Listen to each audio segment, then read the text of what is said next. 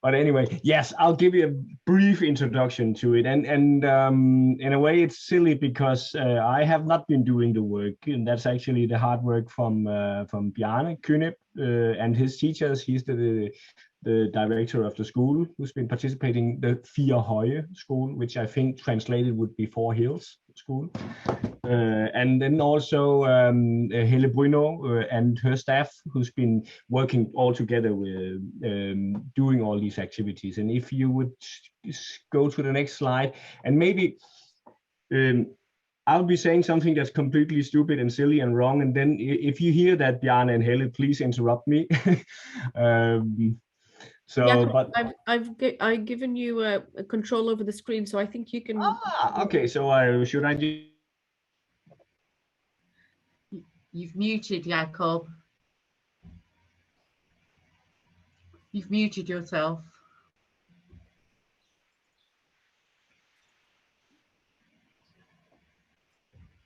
Unmute? Yeah, that's it. Yes, yeah. My screen is working really slow, so and I don't know how much of it came through.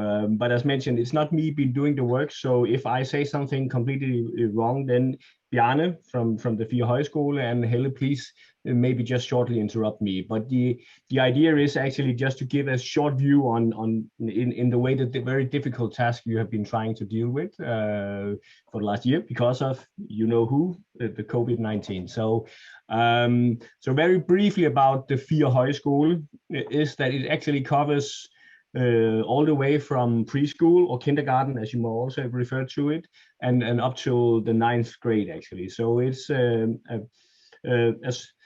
and it is also divided into 2 departments, actually, or 2 schools. So it's and they've been trying to actually collaborate on how to do these things across the age groups, so to speak. And actually, they have a lot of experience with working with the topic.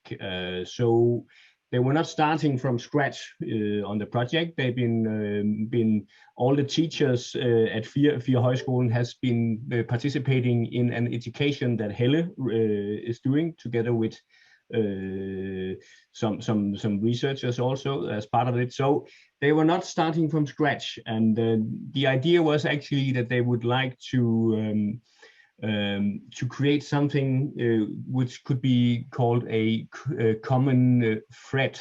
In Danish, we will call it en rød tråd, meaning that everything is connected. There is a chosen line between all the types of activities you do. So that's in general the starting point for them. So actually, every year, I think, and please correct me, Helle, they have a kind of brush up on the course they've been, the education they've been taking with Helle. So that was kind of a starting point, talking about how can we do this and spread it out to the entire school? How can we create the common thread, den røde tråd? So that was actually a starting point for the teachers.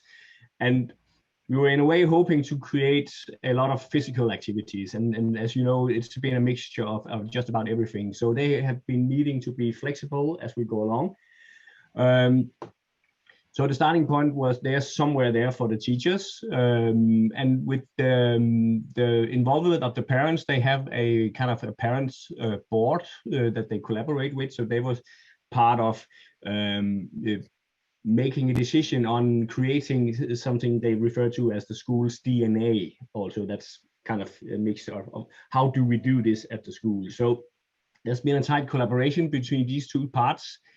Then they created a little task force or working group called to actually overview and oversee that, make the coordination between all types of activities. In all these types of activities, you would actually see things that you might say, this is actually not something about who conducts the orchestra approach, but it's about how the DNA and mindset is in the school. So even though this was not a direct part of this work, you can actually, if you follow the Fire Høje Skole at for instance, social media, you would see a lot of communication about activities involving, among others, parents in the parents board, explaining on activities, what's on the next meeting and what we'll be working with, and can we have some work days where we all help do something for the school and so on. So this was kind of where they started, and this of course turns into, let's see if it changed. There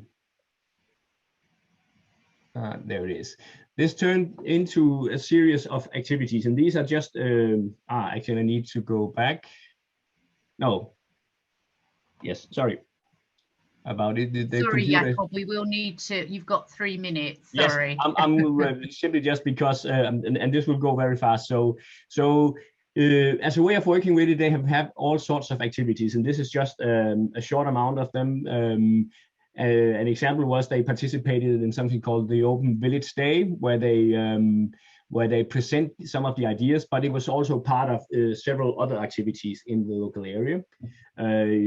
They have been doing a video introduction. Helle and the teachers from the school has been doing introductions that the parents could see. They have developed a kind of a parent guide also on how to work with these methods. They do ongoing information on all sorts of meetings, in particular with parents meeting. They talk about the topic and so on. And then they have been testing some ideas.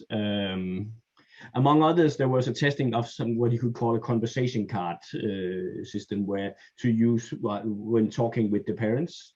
And I mentioned it before, involvement of parents in productions of videos about activities at school. This was not directly in the project, but as an example on how to create collaboration with the parents. And as part of this project, we actually, when was it? Tuesday, I think Tuesday evening, we had a large online meeting with on the topic of self-control, with a very good online presentation by a researcher called Rune Kappel, who knows a lot about that. And with, I think, about 65 people participating that evening.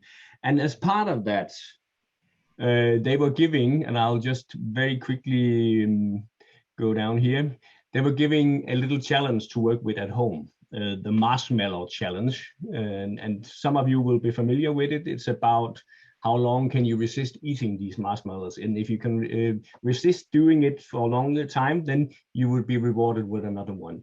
The idea with this actually is that the online evening ended with giving the parents and the children a challenge about this, and then there will be a follow-up meeting very soon, where we can use this, among others, as a thing to talk about when we talk about what can we do with self-control and so on.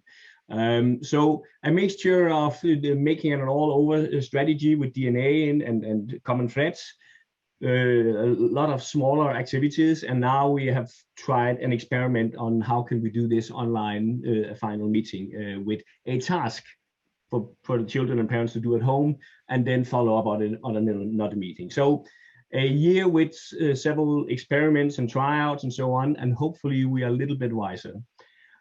I hope this is somehow fair described to you, Bjarne and Helle. Otherwise, well, please bring some of your very important ideas up, maybe in the talk we have in a moment.